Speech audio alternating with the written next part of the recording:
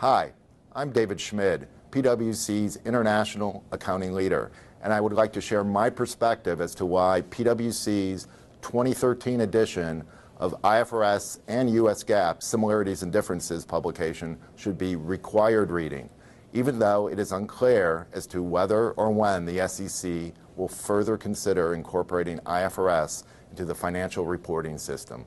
To navigate the U.S. capital markets in 2013, you must be financially bilingual, knowledgeable about both U.S. GAAP and IFRS. IFRS is increasingly relevant to U.S. companies, big and small, public and non-public. Preparers are affected by IFRS in multiple ways. Cross-border, M&A, and capital raising activity frequently require the use of IFRS.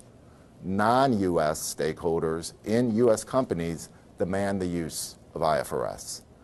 Many non-U.S. subsidiaries of U.S. multinationals must comply with IFRS reporting requirements, and U.S. GAAP change continues to be influenced by IFRS. From an investor perspective, the need to understand IFRS is arguably even greater. U.S. investors keep looking overseas for investment opportunities. Recent estimates suggest that over $6 trillion of U.S. capital is invested in foreign securities.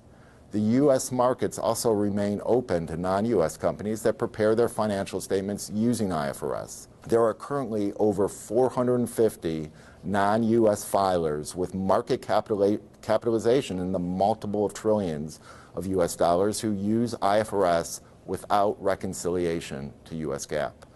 So what should companies do now then?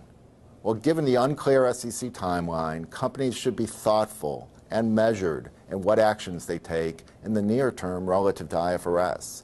One area of focus should be on the major changes to U.S. financial reporting through the continued convergence with IFRS in areas such as leasing and revenue recognition.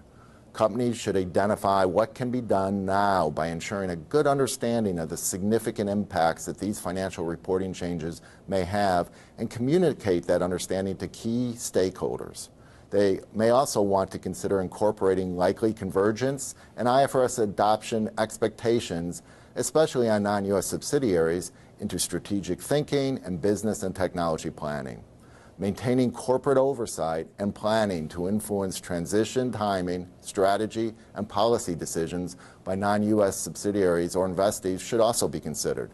Staying engaged in the standard-setting process by participating in roundtables and the comment letter process is also recommended. Finally, more near-term, detailed focus may be appropriate in areas that can be significantly impacted, such as M&A activity and taxes.